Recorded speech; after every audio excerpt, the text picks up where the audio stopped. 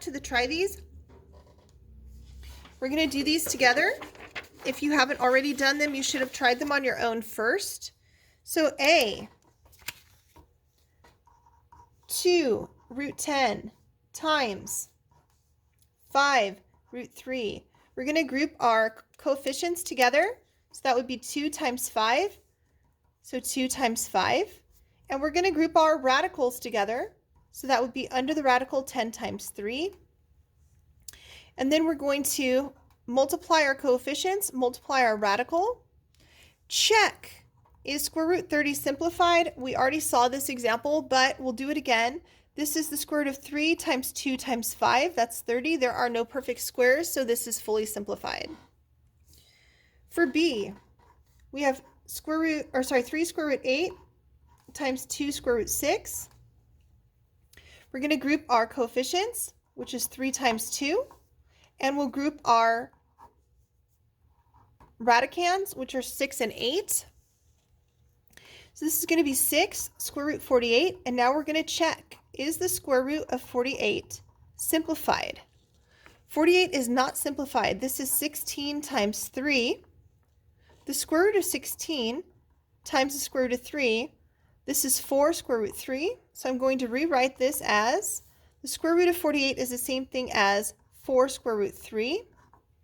Now I can multiply my coefficients. That would be 24 square root 3. C, we have 4 square root 12 times 5 square root 18. So I'm going to again group my coefficients, which is 4 and 5.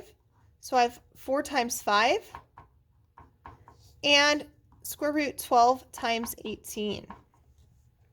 4 times 5 is 20.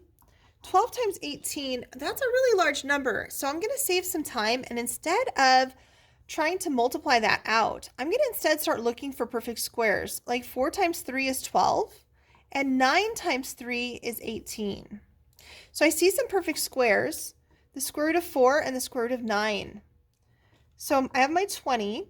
Now the square root of 4, the square root of 9, and then the square root of 3 times 3, oh, that's another 9. So rather than multiplying this all out and finding out if this is a perfect square, I can see right here that it is a perfect square. So we have 20 times the square root of 4 is 2. Multiplication is implied in between each of these. The square root of 9 is 3. The square root of 9 is 3. 2 times 3 is 6. Times 3 is 18. So I have 20 times 18, and 20 times 18 is 360. And then finally, for the try these D,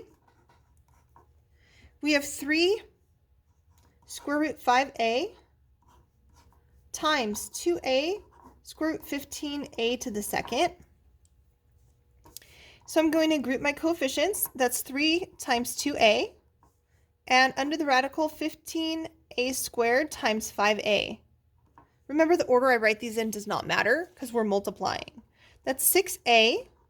The square root of 5 times 15, I don't really want to multiply that out. I'm going to just leave it 15 times 5 and then a squared times a. Here's a perfect square. So the perfect square of a squared can come out. It's going to come out as an a, so I have 6a, and then I have another a that's coming out. I also see under the radical that I could rewrite this as 5 times 3 and then times 5. So I do see that this is a perfect square as well. The square root of 25 is 5, so I'll pull out a 5 as well. And then under the radical, I would have just this 3 left and this a.